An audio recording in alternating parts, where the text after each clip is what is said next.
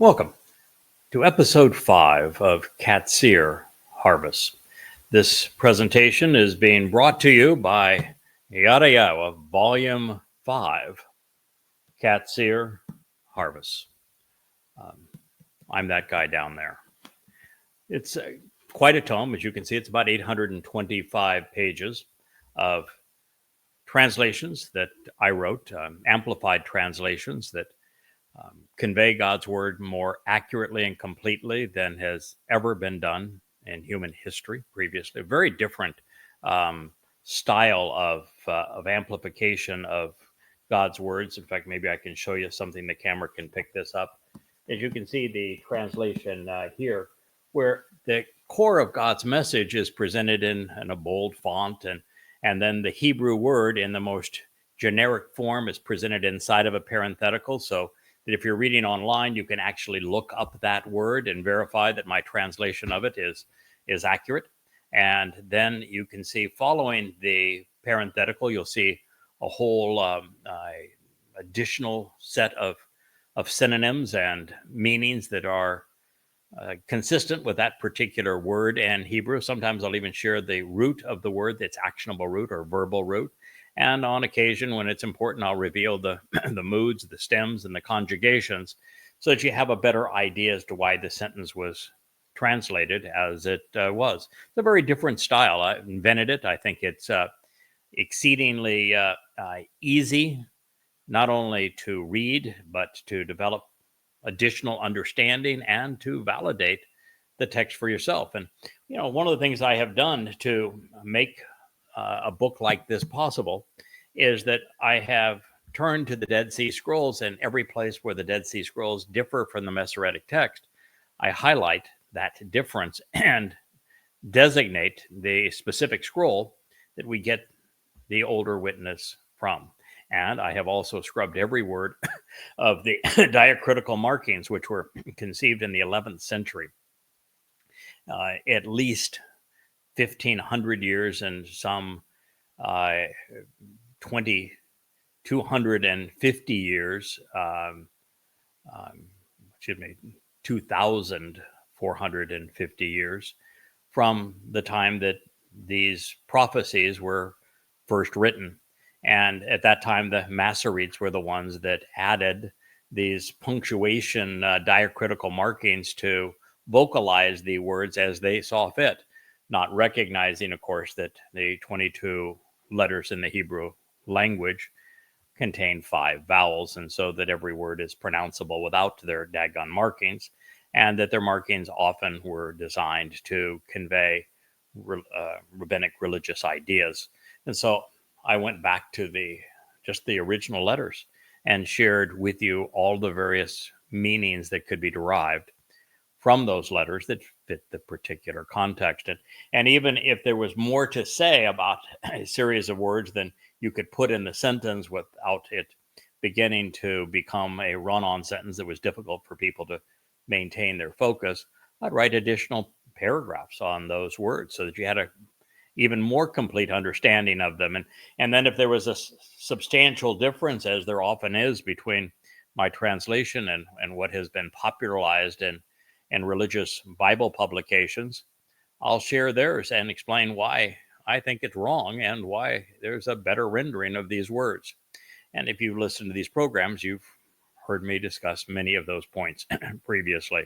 So having written now, I think it's 36 books in total. 34 of them, I think, are currently on the bookshelf at yadayah.com, all free, all really irrefutable in terms of their evidence. One of the things that I am doing, and really it's at God's direct request, is that he indicated that writing one more book was going to have very little utility, considering how much time we have left. And the fact just the books currently on the shelf, if someone were to devote 3 hours a night to reading them at the end of a long work day or taking care of their family, it would take a full year, 365 days to be exact, to read all the way through them. And sometimes you need to read these books 2, 3, and 4 times before all of the information sinks in and you go from knowing it to owning it through understanding. So what God asked me to do was to stop writing for a while and to start speaking to you. Bring these books and what I have learned from having written them over the past 23 years and from all of the translations and many thousands of unheralded insights. I mean, literally thousands of insights that no one has communicated previously, that tell us a lot more about the nature of God and the relationship he envisions for us and how we can join him and become part of his family. That the sum total of these books that sit behind me is now all in here and here. And so I can speak to you about them in a way that's more comfortable for people, a preferred way of communicating today. Now that we have these wonderful tools where we can live stream on Facebook, we're live streaming on like 4 different YouTube channels and also on X. And soon we'll be adding a Rumble account where we're even freer to say what God wants his people to know. And so this way I can invite you into my home. You can invite me into your home and we can learn and grow together. So that is the purpose of what we're doing here. I am in these programs. I will read Yahweh's words as they are rendered in English, which is the lingua franca of the world. It is also the language read and spoken by more Jews than any other. Yehudim, Israelites, are our target audience because they remain God's chosen people, and he wants them to come home. He wants them to become reacquainted with his name, with his son, with his covenant, with his Moed Mikre, and with his timing, so that there can be a marvelous homecoming in our near future. So as part of these programs, I will read the translations that I have prepared. Sometimes I will even read some of the insights that I was able to draw forth from them. And the majority of each one of these shows, I'll just look you in the eye and I will talk to you about what these words mean, how you can apply them to your life, and how we can come to understand all of the connections and the relationships between them, so that this puzzle that Yahweh has painted for us between the Torah and the prophets all comes together and is properly framed and all presented for you to view from the proper perspective. So let's jump back in where we were, is reading from the heart of the Torah, from the book actually known as Qara. It means invitations to meet, to be called out, to be summoned to read and write, which seems appropriate for what we're doing here. Both reading and reciting God's testimony to invite you to be part of his family. It has been corrupted to the name Leviticus, which is a very crude transliteration of Loe, which are those who unite and who served to do the job that I'm doing for you now. It reads, you should approach, coming closer, taking responsibility above and beyond the loaves of bread, 2 of them. Attacking the problem by dining with 7. Conveying the promise of being perfected, becoming unblemished and innocent as children by way of the lambs each year as a means to renewal. And 1 bull, representing that which is both frustrating and divisive, but also fruitful and productive. A young male in the morning to encourage being perceptive, contemplative, and discerning, seeking out and considering the available information, and then responding appropriately. 2, transformative rams, representing the upright pillar in the doorway, even the leader of the flock. They will exist as a means to become acceptable and to ascend to Yahweh. Their gift is offered freely and is poured out on their behalf by the feminine manifestation of the fiery light, a uniquely welcoming and pleasing spirit of acceptance, reconciling the relationship to approach Yahweh. Qara, called out, read and recite. Leviticus 23:18. Wow. That's a lot of information, isn't it, for one statement? And of course, this is an amplified translation, which means I'm conveying the full intent of these words as opposed to just picking a small aspect of them. So the invitation is to approach, to come closer. We do so by taking responsibility above and beyond the 2 loaves of bread, taking responsibility beyond the 2 loaves of bread. The 2 loaves of bread here, there's numbers of ways we can interpret them.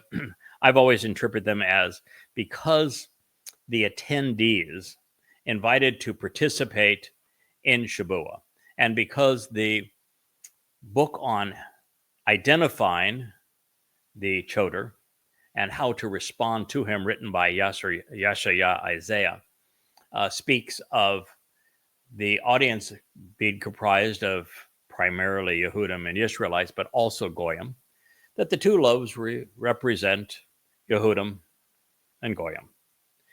There's also the possibility, of course, that the 2 loaves represent Yisrael and Yehudah as well. And no matter, someone who is a Goyim is invited to participate with Yisrael in the Moed Mikra and to engage in Yahweh's Bereth covenant. But to do so, we must become what God intended with Yisrael, to be grafted into Yisrael, to stand up for Yisrael, to serve Yahweh's intent to reach out to and call Yisrael home. We must see ourselves making this journey together with Yisrael.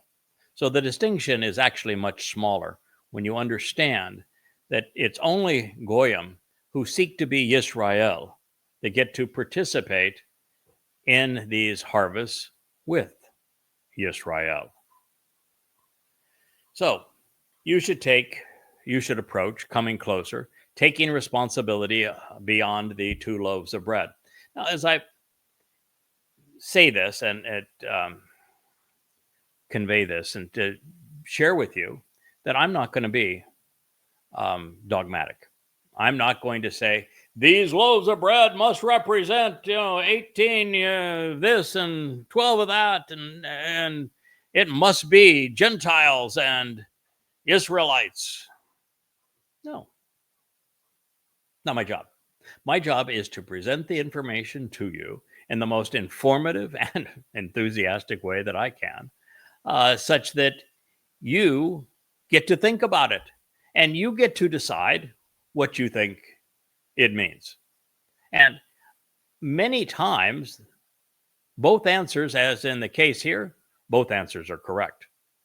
It could well be Yisrael and Yehudim, just as the covenant is being renewed with Yisrael and with Yehudim. It could also be that because this is an open invitation to dine with and to hear the message of Shabuah, that it could be Goyim and Yisrael. That's also possible, knowing that the Goyim are only allowed so long as they are enmeshed within Yisrael, grafted into Yisrael. And this was further highlighted by the fact that Shabuah is a derivative of Bokurim. If it were not for Dod having fulfilled Pesach, opening the doorway to both life and to God's home in heaven, and then removing our guilt and taking it into Sheol on Matzah, such that he could be the firstborn of God, signing our adoption papers for other firstborn children on Bokurim, where God enriches and empowers us, we don't qualify for the Shabuah harvest. We only qualify because of what was done. Shabuah is an outgrowth and a direct result of Pesach, Matzah, and Bokurim. And no one can participate in Pesach unless they're sojourning with Israel, unless you're walking with Israel. And I don't think you have to go all the way to the extent that I have, where I have literally risked my life for Israel. I've had thousands of death threats for the books that I have written on behalf of Israel against Israel's enemies. And the last 23 years of my life, I have devoted essentially every waking hour to serving Yisrael. So, okay, so I'm kind of the poster child for the epitome of this approach, but no one participates in Pesach unless you're walking alongside God's people. And it says with Shabat, with 7, which is conveys the promise of Tamim, being perfected, unblemished and innocent. And of course, most people would read a translation that says you've got to have 7 lambs. And the word 7 conveys promise too. And Yahweh's promise is based upon 7.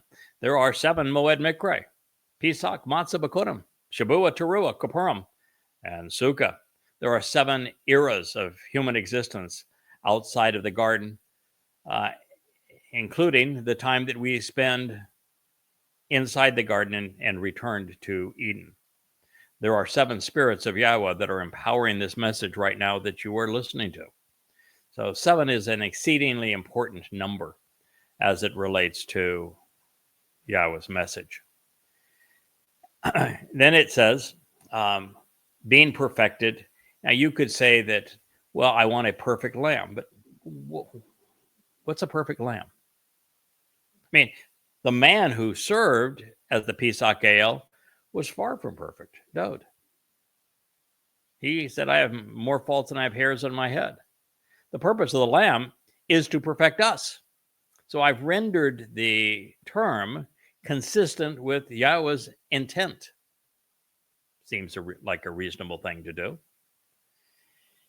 And as children, Beni means sons, but children are certainly fine. By way of the lambs, Kebesh, each year as a means of renewal. Shana does mean year, but the Shana, the word in Hebrew for year, speaks about renewal, which is the purpose of the very things we're talking about. It is definitely one, each had. Just as Yahweh is each had, one, there is only one bull. You're listening to him. I didn't choose the metaphor. Yahweh chose the metaphor. But in his redemptive process, there is an AL, the Passover lamb, Dod.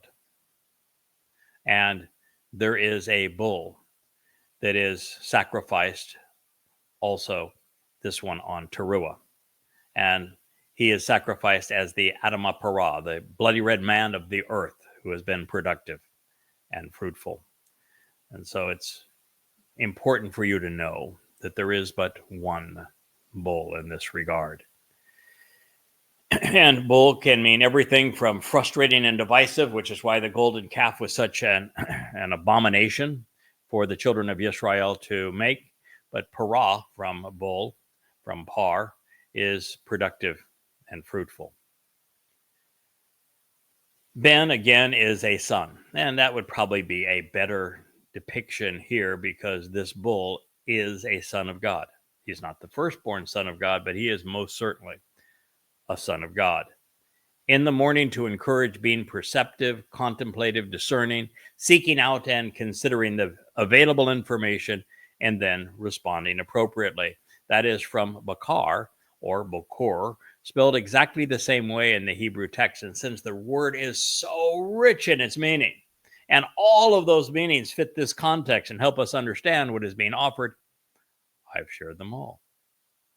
2 transformative, Wa Shamayim, rams, representing the upright pillar and the doorway, even the leader of the flock, Al. Dod was the Passover lamb. He is the ultimate Zeroah, the sacrificial lamb. He is the one who is the upright pillar in the midst of time, having concluded his first life just shy of year 3000, having lived 3 lives and having been anointed 3 times by Yahweh. He is the one who opened the doorway to life. He is the ultimate leader of the flock. He was the king of Yisrael, a united Yisrael, and he will return to become king of the universe. They exist as the means to become acceptable and to ascend, which is my point. You can't become acceptable with God and ascend on Shabuah without having capitalized on what David has done for us. The word there is Olah, which is written identically in the Hebrew text to Allah. Allah with an ain has nothing to do with the pretend god of Islam. Olah means to rise, to ascend, to become acceptable. And it concludes with Yahweh's name. Yahweh's name should not have been ever erased. In fact, that is an unforgivable sin, the only unforgivable sin in the Torah, prophets, and Psalms. But to negate, to alter, to mislead with Yahweh's name is unforgivable. There is no coming back from it if you have done it. If you are amongst those who have deliberately hidden it, if you are those among those who denounce those who reveal it, then you're in serious trouble, because there is no return from doing so. If you are among those who have been a victim of those who have told you that that God wants to be called Hashem or G-D or the Lord, and you are now willing to question that because that's wrong, and you come to recognize that God gave us his name and said that Yahweh is his one and only name thousands of times, then, well, you're off to a good start. And pronouncing his name is not difficult. He told us that it was based upon the verb haya. He told us that repeatedly. Haya tells you how to pronounce the he and the yod, leaving only one letter to figure out how to pronounce properly, and that is the wa. And we're reading this from the Torah. Guess where the O sound comes from in the word Torah? It's the wa. The wa is also the source of the O in shalom.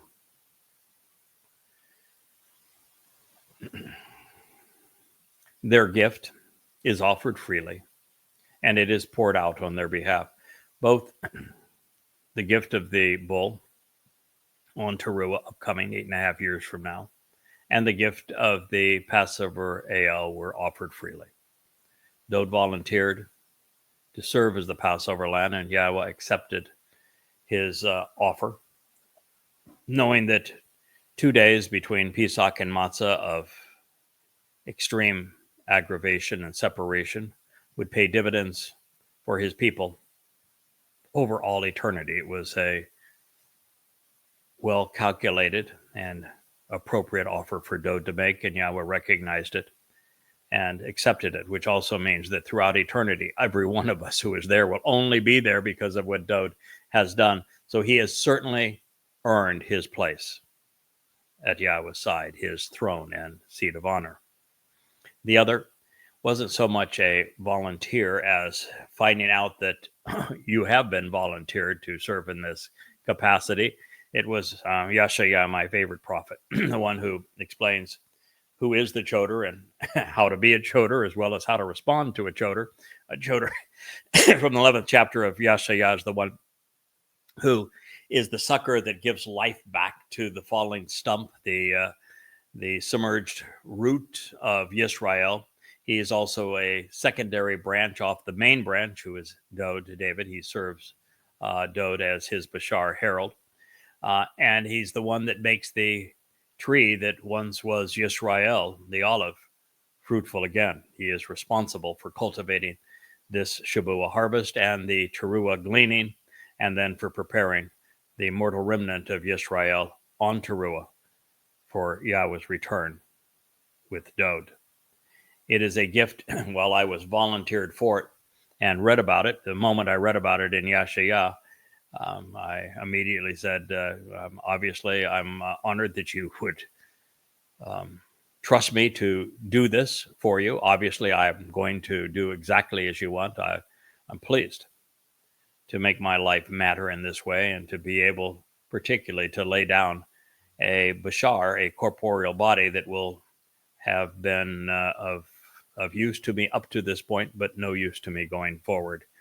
And I thank you for making this possible for me to serve you and your people in this way.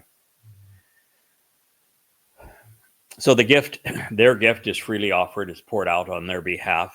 And then Isha, we've been through this so many times. It is can be translated one of two ways. Fiery light.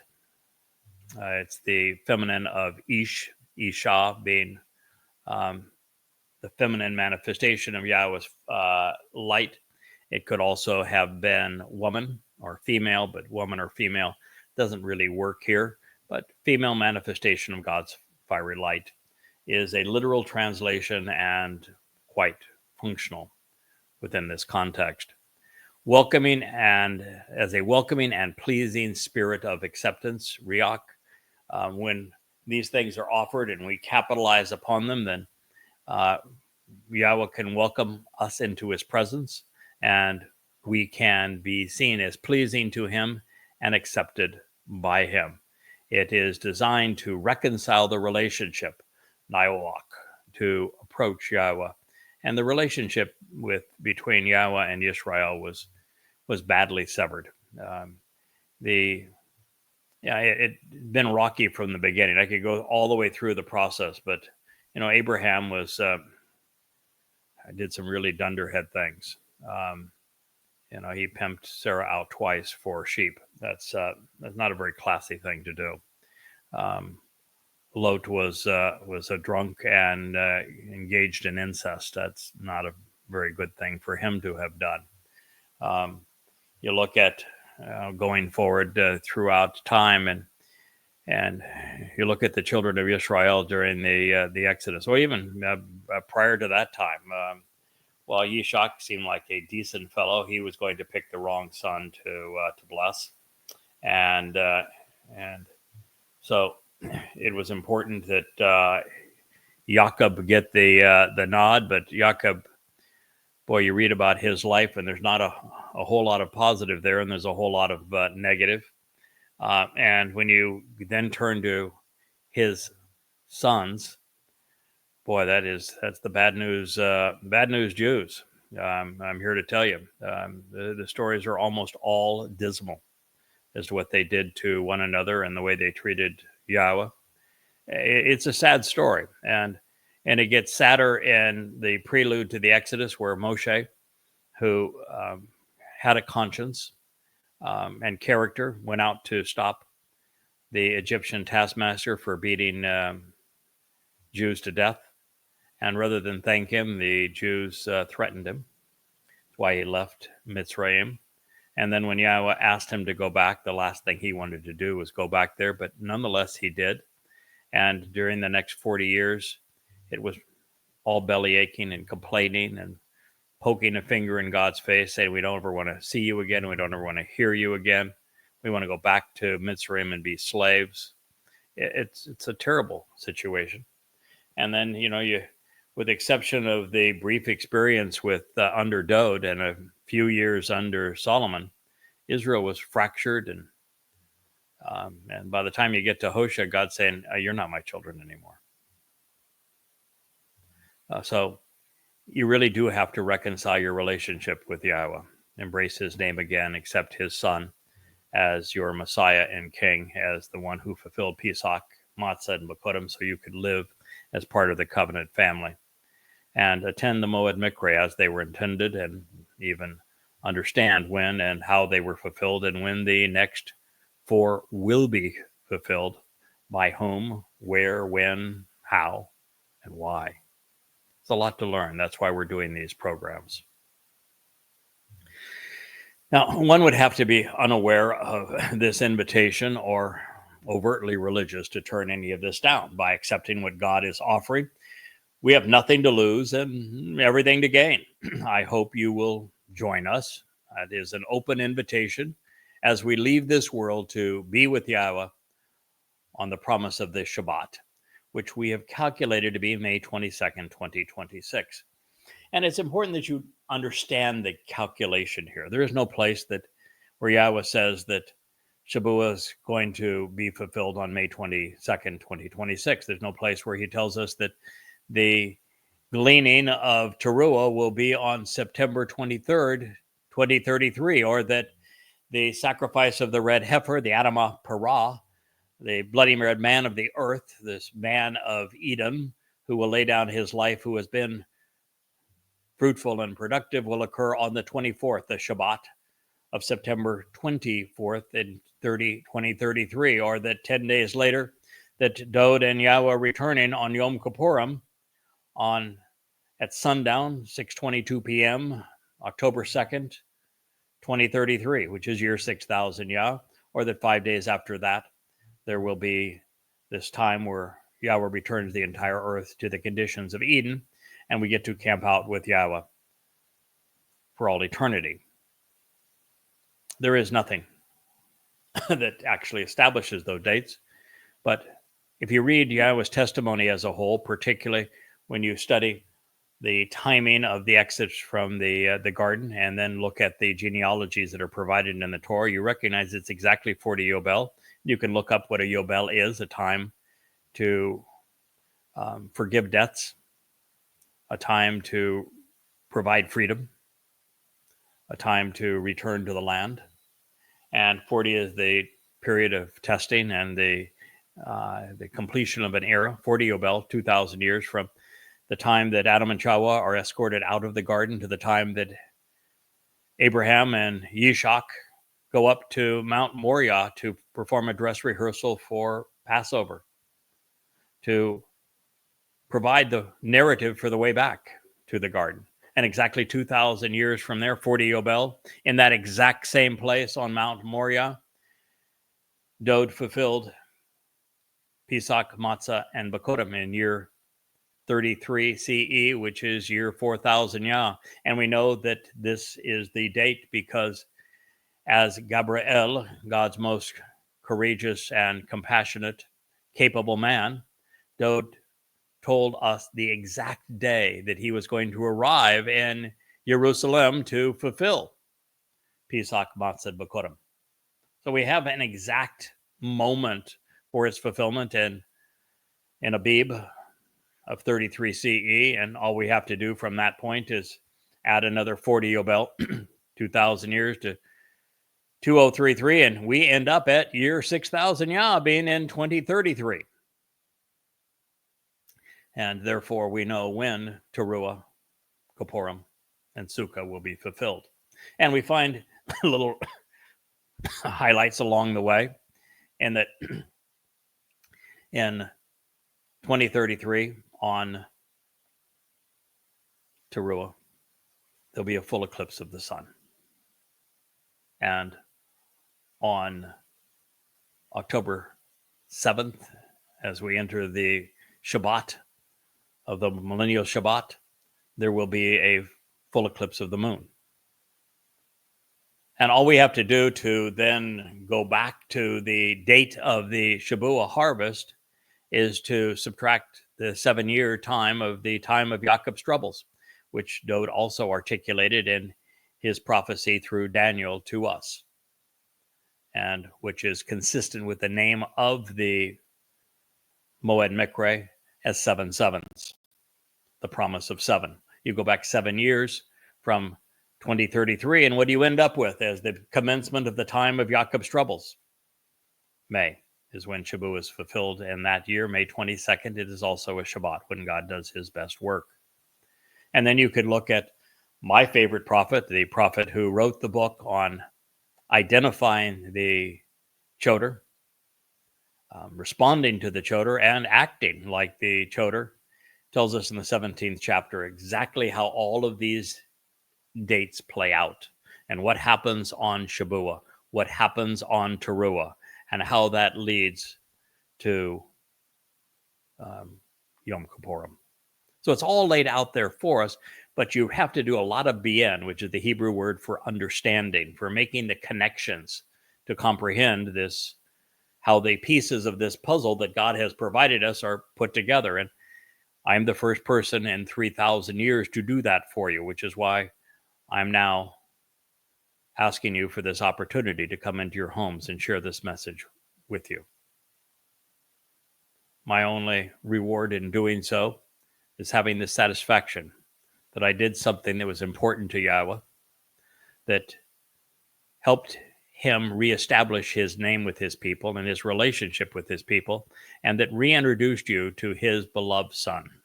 David, who is the actual Messiah, the real Son of God, and our Savior for having fulfilled Pesach, Matzah, and Makotim.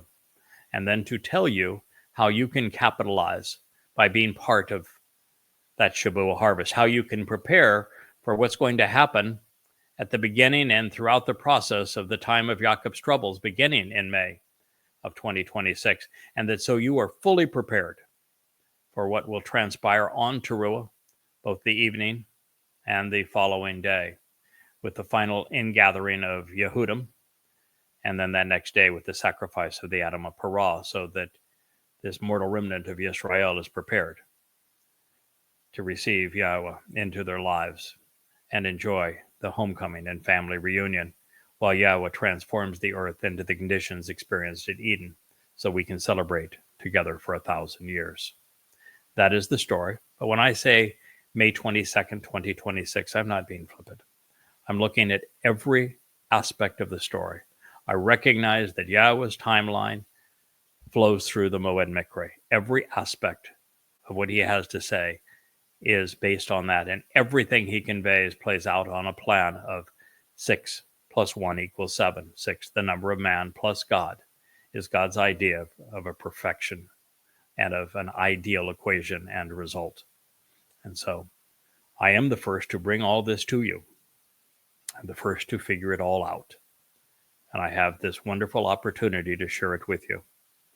And my reward is actually greater than just knowing that I've done something that brought a smile to our God, that did something that was really important to him at this time and for him at this time.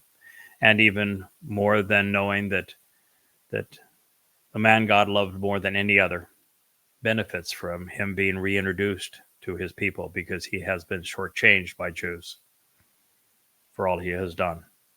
But also there will be the satisfaction of sitting in the back of the room as Yahweh greets each new covenant member that embraces him for the first time. I get to see the smile on my Father's face as he welcomes you. So there are rewards for doing this. And all I ask from you is your undivided attention, an open mind.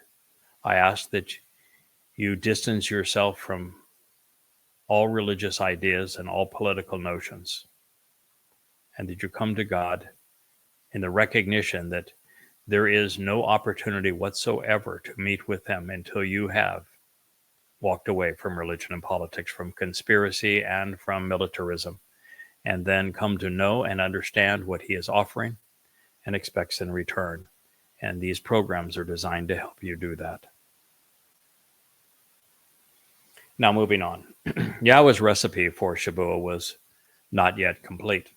Still speaking of the all are welcome and come as you are party to increase the potential beneficiaries of this wheat harvest, there would be another ode to David, to the Kaporeth, mercy seat, to Yisrael, those who engage and endure with God, to reconciliation, which is the intent, and to the homecoming on Kippurim, which is the day of reconciliation. And so with the lamb, the bull, and the satar, the woolly goat, since I have identified the lamb as my king, your king, should you choose to join us, Dode. I am the bull, and that's no bull.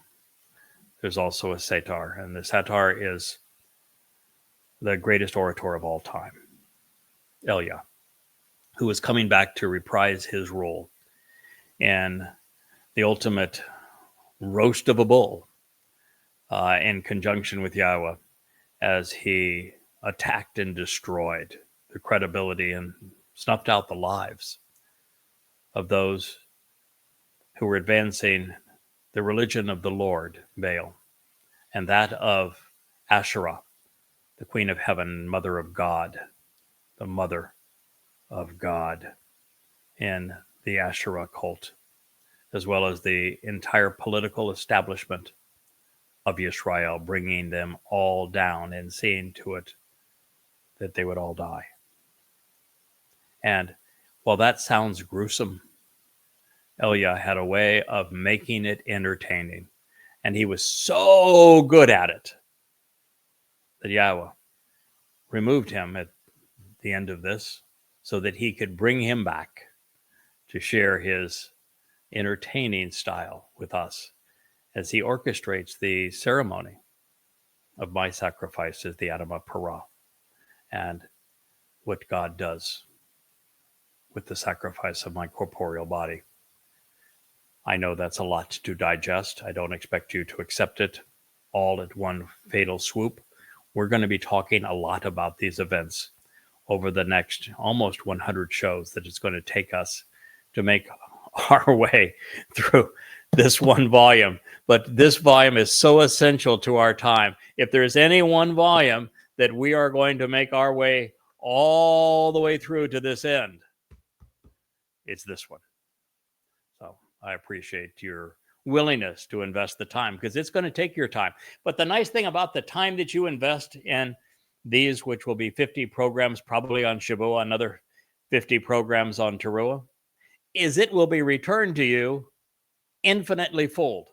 In fact, you could multiply infinity times infinity times infinity times infinity, and you would have a pretty good grasp as to your return on investment. And by the way, I don't know what your status is in life, but God's going to infinitely enrich you. You get to inherit the entire universe. And then you get to live forever as part of God's family. Your physical body gone, so you don't have any of these limitations. You're going to be turned into an energy-based, light-based being so that you're going to go explore it all with him. Be perfected by him, immortal, enriched, enlightened, totally emancipated. You have God's word on it.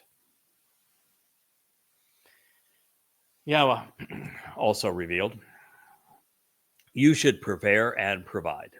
It's a shah.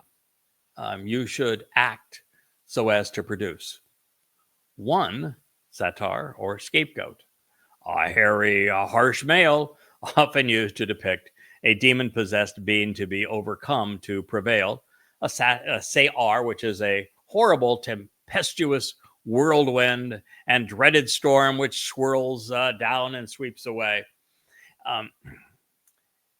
The man who is presented wearing shaggy sheep's wool clothing is Elia, and there is no, well, I can't say there's no better bad.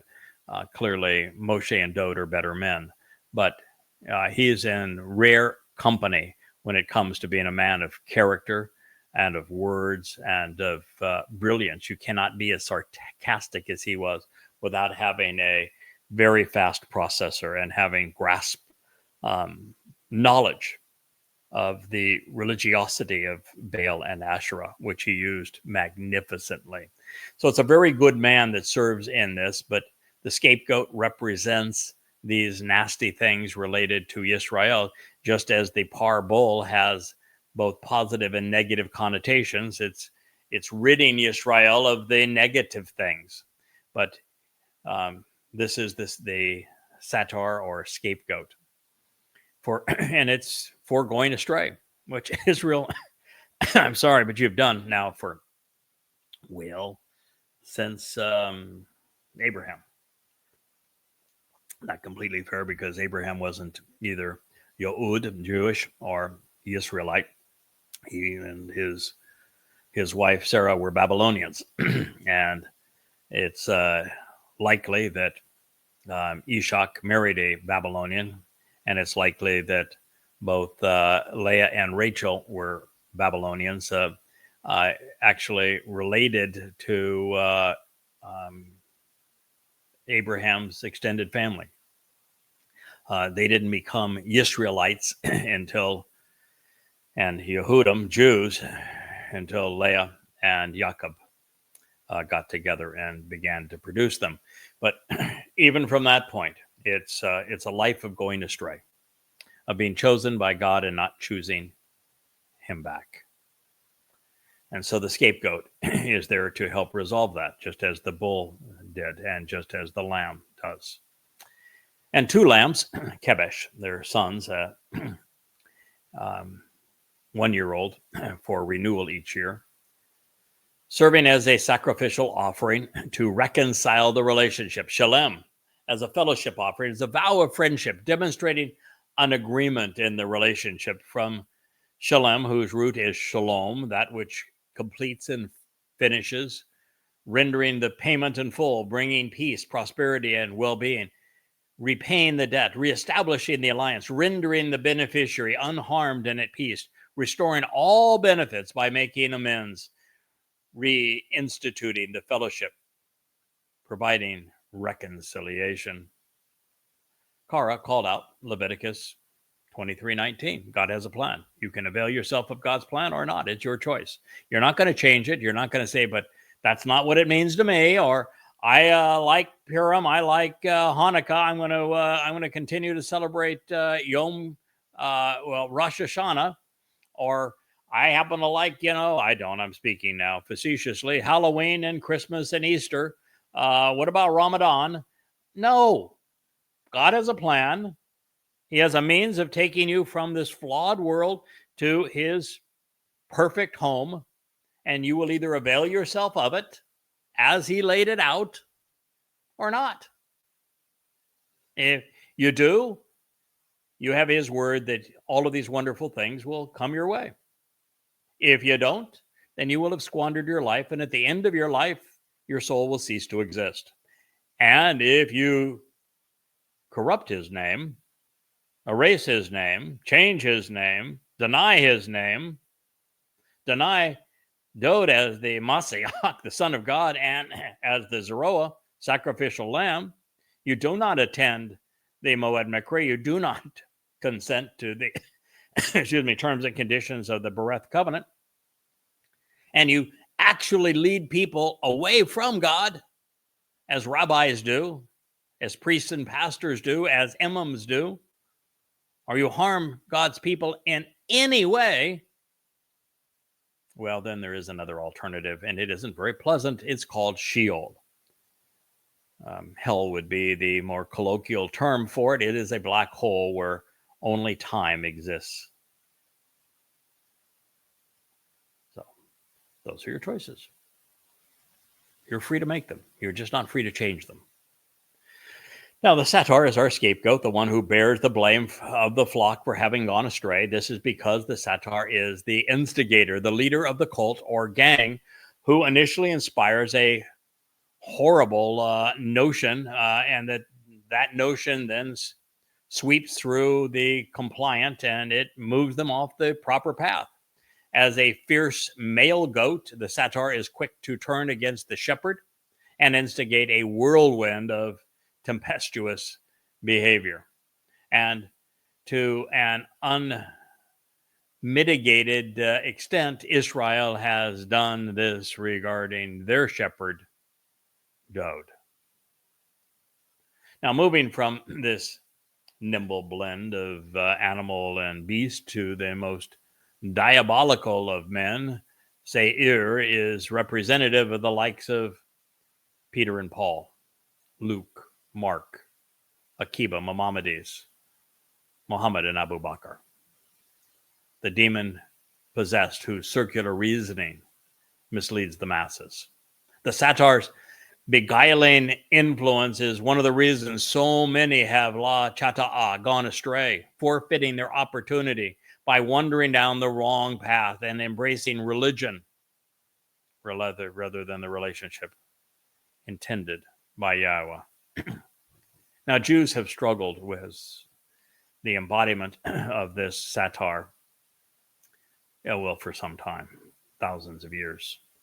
Evidence for this is found in Baal God, the Lord of good fortune. As the town devoted to the satar was known by the Canaanites, this religious site is a no man's land between Israel, Lebanon, and Syria at the base of Mount Hermon in the Golden Heights.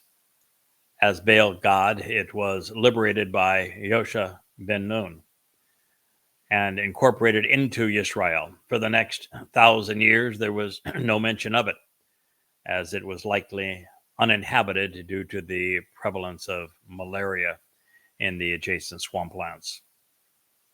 Then, within a few decades of Alexander of Macedon's conquests, by the 3rd century BCE, the Ptolemaic kings resurrected the site as a cult center.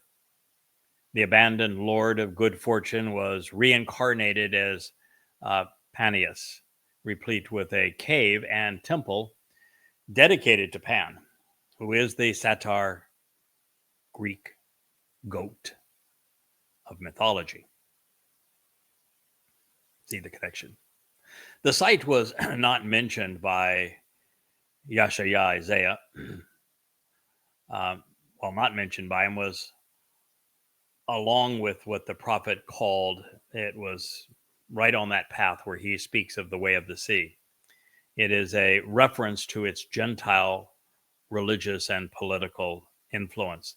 The Battle of Panium was waged there in 198 BCE. The Macedonian armies of Ptolemaic Egypt and the Seleucid Greeks of Syria, led by a very, very evil man, Antiochus III, fought a battle which gave the Seleucids control over Phoenicia, Galilee, Samaria, and Judea. Under the Seleucids, Panias, that's Banias in Hebrew, flourished and became a place of great sanctity as pilgrims came to worship their devilish god. And that is how things stood by the time of the Maccabean revolt in 167 BCE, when Panias, named after the satyr Pan, became a bone of contention.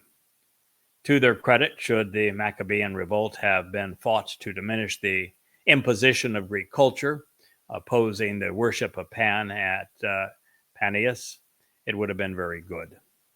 The Greeks were offensive and highly religious overlords. According to Flavius Josephus in the War of the Jews, and I have to stop there and just to warn you, Flavius Josephus was a scumbag. He was a traitor to his people. He made it possible for Vespasian and his son Titus to prevail in 70 CE. And he lied a lot. He even lied about his suicide pact, which of course he survived. And he applied that same suicide pact to his story of Masada. And everything he had to say about it was a lie to make his suicide pact seem somehow noble. And most everything we know about Flavius Josephus was lost in the original language that he wrote. And it has the only stewards of a copy and translation of his work were held by Eusebius, who was the propagandist for Constantine. And he's probably the most nefarious story. And the creation and ultimately canonizing a variation of the Christian New Testament. And he held sway over those, and he rewrote what he wanted Flavius Josephus to say, because he was exceedingly anti-Semitic. And of course, he was promoting the myth that there was a Jesus Christ. So anything that you read about Flavius Josephus should be taken with a great bit of salt. Book 1. Now, Antiochus, this should be the fourth king of the Seleucid Empire from 175 to 164 BCE, was not satisfied either with his, Judah Maccabees, unexpected taking of the city, Jerusalem, or with its pillage, or with the great slaughter he made there, but being overcome with his violent passions and remembering that he had suffered during the siege, he compelled the Jews to dissolve the laws of their country and to keep their infants uncircumcised and to sacrifice swine's flesh at the altar against which they all opposed themselves, and the most approved among them were put to death. End quote. Now, very little of that's true. What Josephus, as a religious Jew, prior to becoming a military leader, prior to becoming a trader, prior to becoming a propagandist rather than historian, wanted to justify the Maccabean revolt, because the Maccabean revolt is really the civil war that led to Judaism. And so lots of this is painted in such a way as to give credence for the Maccabeans being noble and to trying to rid Israel, Judea, of Greek influence, when it was really just a civil war between people who were assigned by God to be the officiators over the Moed Mikre and to help educate the people, and those who coveted their power. To their shame, however, the Maccabean revolt was actually less about foreign oppression than it was a civil war between Orthodox and Reformist religious parties among Yehudim. The Reformists were vanquished, just as they are today under Hasidic religious edicts. The emerging dominance of what would become Rabbinic Judaism, however, did nothing to diminish the lure of Paneas, as it continued to be a cultic center with its cave and shrine to Pan, the goat-footed and horned god of the herds and desolate places. Pan, from which the English words panic and pandemonium were derived, was considered malicious and decadent. His shrines were typically constructed in caves, as was the case in Paneas. Born out of whoredom in Greek mythology, Pan became the god of masturbation, promiscuity, and normalization of homosexuality, and even bestiality. The Greek god is shown having sex with a goat in a statue found in Herculaneum. More incriminating still, to seduce the moon goddess Selene, Pan became the goat in sheep's clothing. Bet you've heard of that before. The Greeks and Jews were not the only ones with an epidemic of Pan proportions. When Pan's death was announced during the reign of Caesar Tiberius, 14 to 37 CE, the most maniacal of Christian apologists and propagandists, the aforementioned Eusebius of Caesarea, who was fascinated by the legend of Pan and Paneas, extrapolated from the alleged death of the mythical Greek god that Pan, all, which means all, demons had perished. That is particularly troubling for Christianity because Eusebius authored and augmented much of what has become the Christian New Testament. We find evidence of this in the Codex Vaticanus and Sinaiticus, including the Church's lone attestation to legitimacy. The citation both in Mark and again in Matthew of Peter allegedly saying, "You are the Christ, the Son of the living God," and then of Jesus, who never existed, allegedly saying that because you have said this, the keys of heaven will be given to you, and upon this rock I will build my church. None of that exists prior to Eusebius and the two codexes that I have just mentioned, Sinaiticus and Vaticanus. Both were written at the same time and heavily edited thereafter. The line doesn't exist. And even in both of them, we find the Jesus character saying, "Don't tell anyone that I am the Christ. Terrible things will happen if you do." The very basis of Christianity was created by a man who was exceedingly dishonest. The devilish problem for the world's most popular faith perished with the resurrection of the Roman Catholic myth, which reads, "You are Peter, and upon this rock I will build my church, and the gates of the netherworld, Pan, will never prevail against it." It was an ode to Pan. And by the way, the whole conversation is alleged to have taken place right outside the cave to Pan. When it comes to obfuscating Dode's accomplishments and transferring the Messiah's accolades to a misnomer and myth, Peter was no better than Paul. The rock upon which Yahweh builds his Mount Choreb, where his Torah was revealed to Moshe, and the cornerstone of his home is Dode. God does not have a church or anything remotely akin to it. There is no netherworld, and Sheol, hell, does not have gates.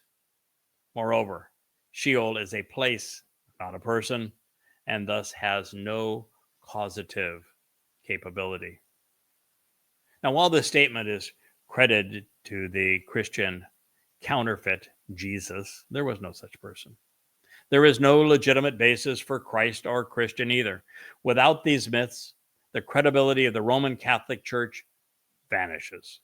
And that is why Eusebius invented his conversion, or conversation, I should say, this one in the 4th century, augmenting the Gospel of Matthew and also of Mark with the lone, albeit contrived, claim of legitimacy. What's more, the Catholic bishop alleged that this declaration was spoken, drum roll please, I've already given the hint away, so I guess no drum roll, but at Mount Hermon, and that what was still Paneas, although he called it Qatsyr Philippi, it was before the cave of Paneas. Now, under Roman control, Paneas was so far removed from Jerusalem and Yehudah, Jerusalem and Judah, that it was administered out of Phoenicia and Syria. That changed in 20 BC when Panion, which included the religious sites at Paneas, was annexed into the kingdom of Herod the Great. Well, I wouldn't call him great, but that is the term applied to him. He immediately erected another temple of white marble in Paneas to honor his patron Zenodorus. Then in 3 BCE, Philip II, the son of Herod the not so great, and his 5th wife Cleopatra of Jerusalem inherited the Satar shrines in Paneas, along with the northernmost part of his late father's kingdom.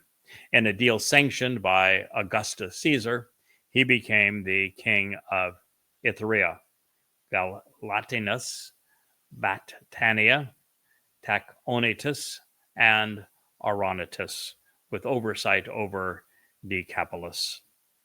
Philip married his niece Shalom, who was 39 years his junior. Wow.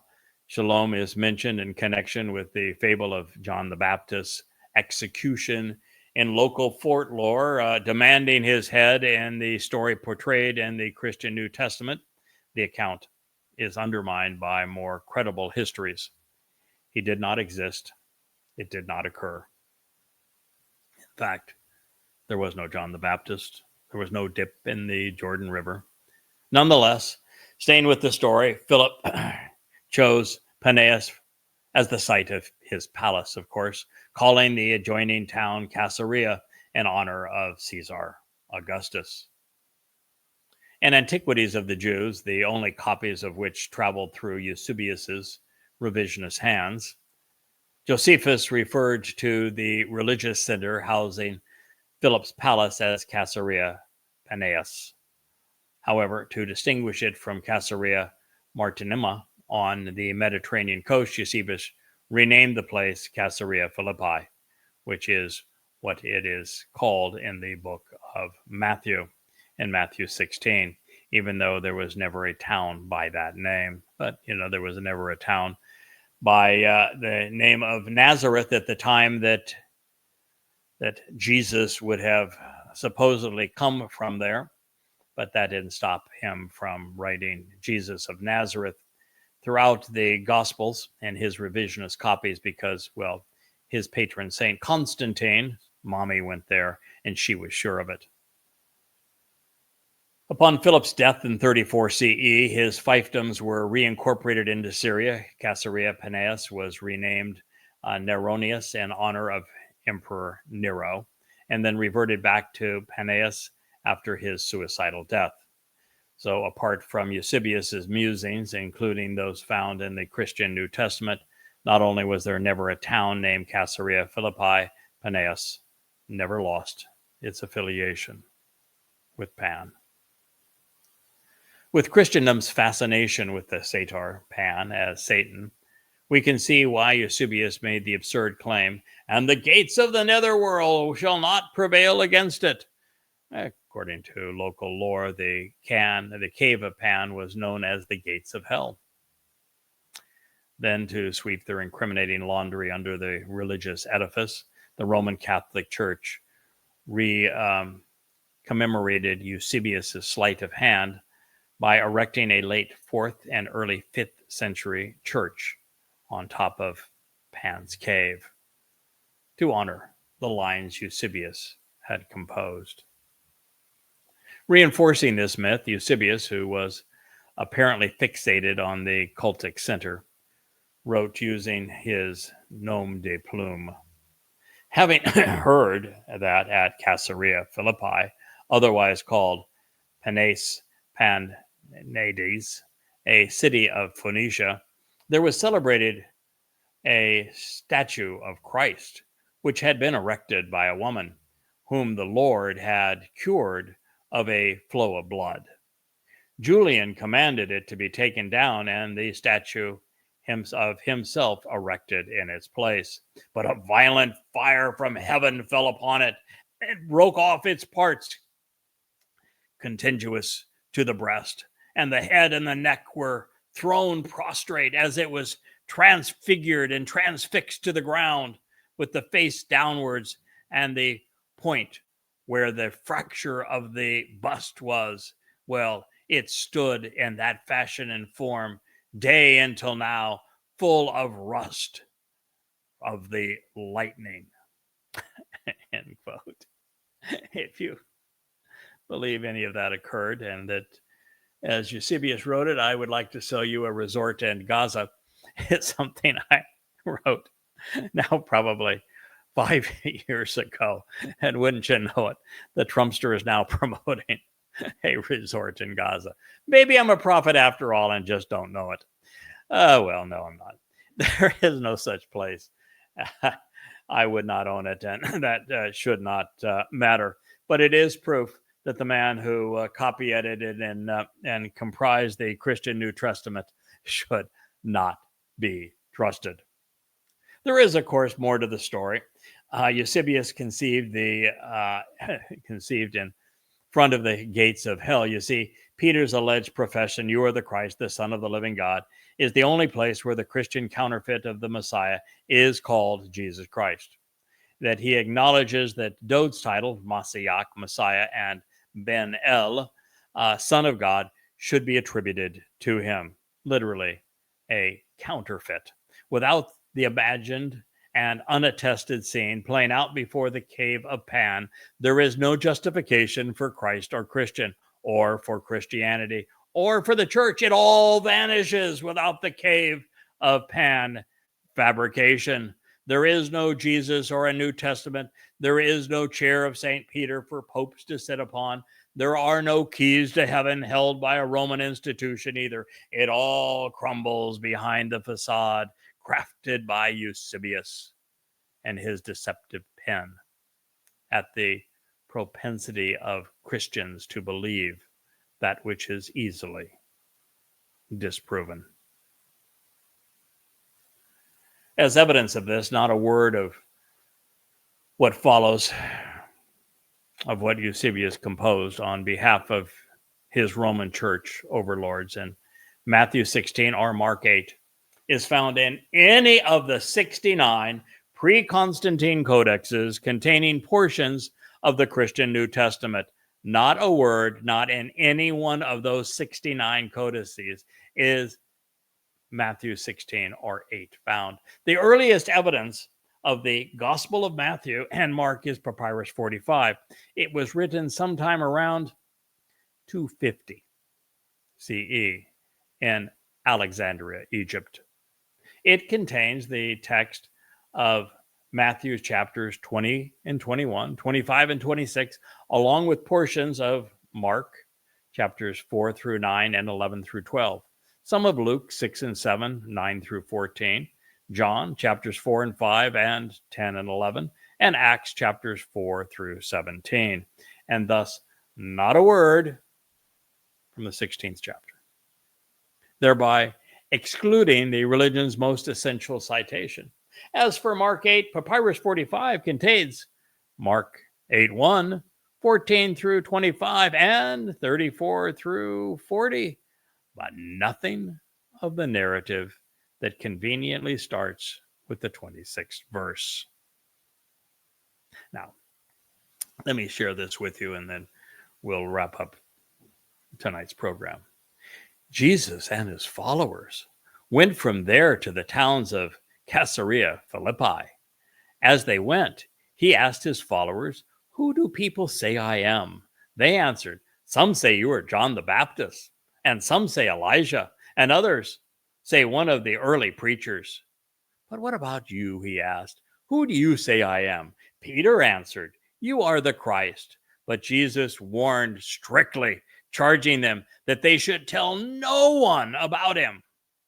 Mark 8:27 through 30. I'm going to let you muse on that for a while. And we'll return to it in our next program, because to understand Shabuah, we have to rip Pentecost out of the Christian testimony so that it is not polluted and poisoned by the likes of Peter. And that is the conclusion of this episode of Qatsyr Harvest. We will return tomorrow with the next. I thank you for listening. This is Craig Wynn and the Yahowah blog.